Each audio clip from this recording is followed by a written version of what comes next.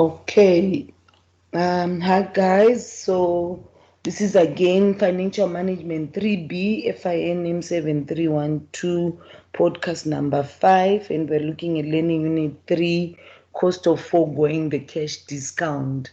So here I just thought, let me remind you guys, it's a lot that you need to cover. So remember, this podcast are looking at more the key sort of computations.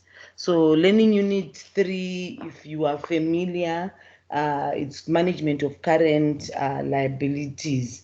And one of the issues that you dealt with was the opportunity cost of foregoing the supplier early settlement discount.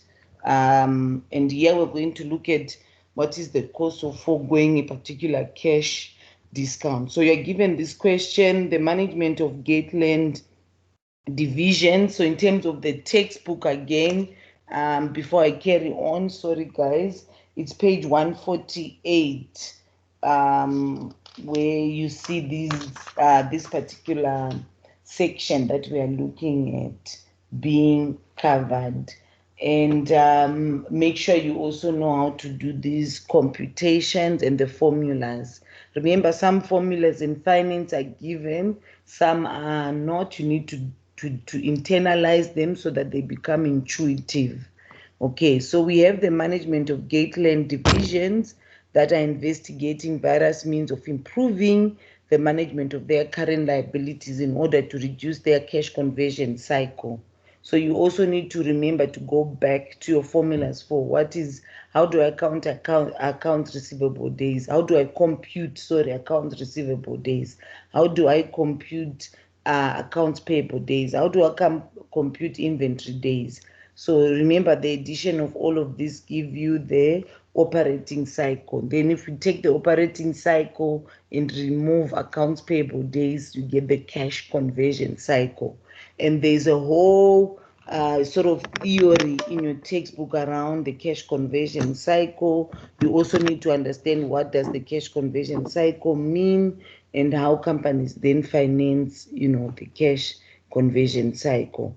So here you are provided, they've provided you with the following information concerning 5 of their main suppliers. So you have supplier 1 to 5, and you are asked there to calculate, oh my God, sorry guys, to calculate the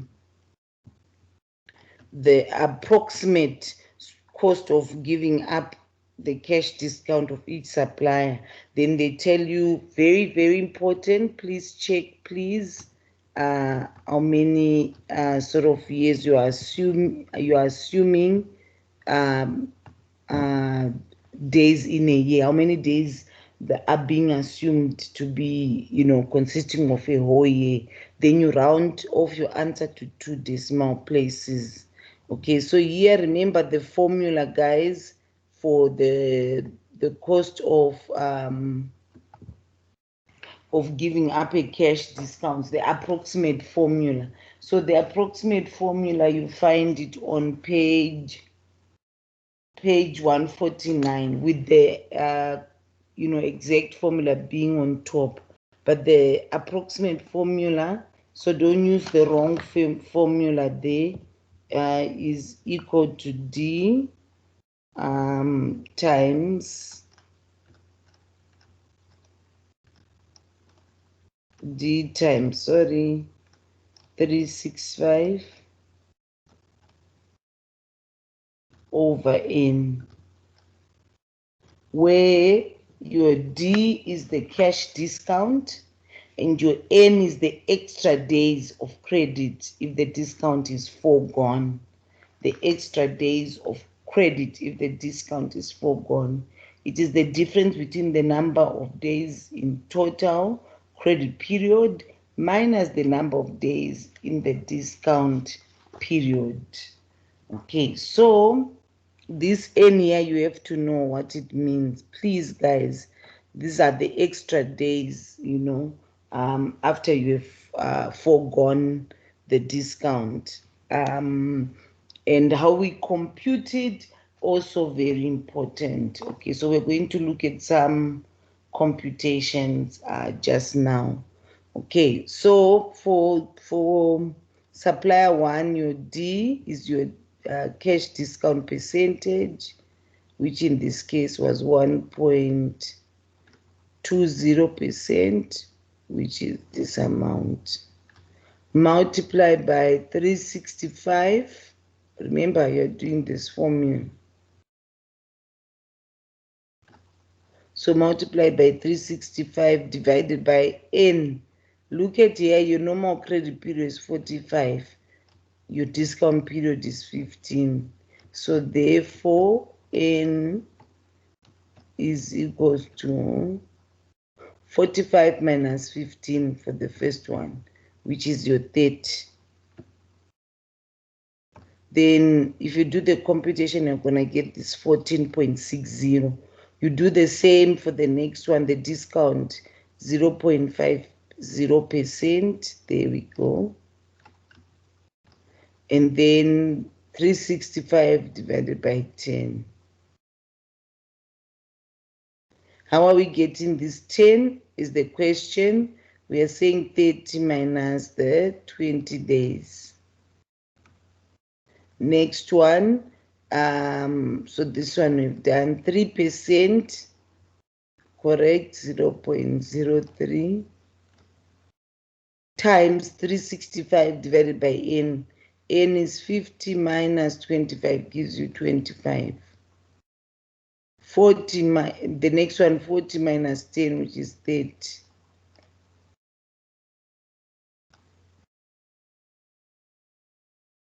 And so here you get 30, right? So just be careful, the discount and the N, the discount and the N, and you carry on, you get the cost of foregoing the cash discount. So from this question then carries on. Let me just, no. I don't want to, I just wanted this so I can make this a little bit bigger for your sake. Okay, so here what you're going to do is you're going to answer the question. It says the Gatland division can borrow short-term funds from Greenwich Bank, sorry, not band, typo there, right, at a cost of 20% per annum. If each of the suppliers approximate cost, sorry for that spelling mistake.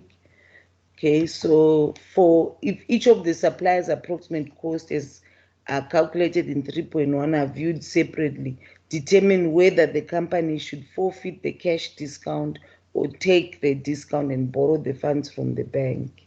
Okay, so the first one, did you see that we got 14, okay, let's do this. We got 14.60%, right? That approximate cost is actually less than the cost of borrowing. So here you can go ahead and forfeit the discount because you're still paying less than you borrowing and then, using those borrowings to pay your supplier. Okay, the next one, same thing, approximate cost less than the cost of borrowing, forfeit the discount. The next one, 43% is greater, so better you borrow and then you pay interest of 20% only. This one also greater than the cost of borrowing, so borrow funds from the bank and finance your creditors, and you'll be paying only 20% instead of 42.58%. And lastly, the same thing, 20.28% in comparison to 20%. So again, borrow the funds, right? Because of this, borrow the funds and then pay up your creditor and only pay the bank 20%. Okay, so that's it, guys, for this particular podcast. Thank you once again for listening. Cheers and goodbye.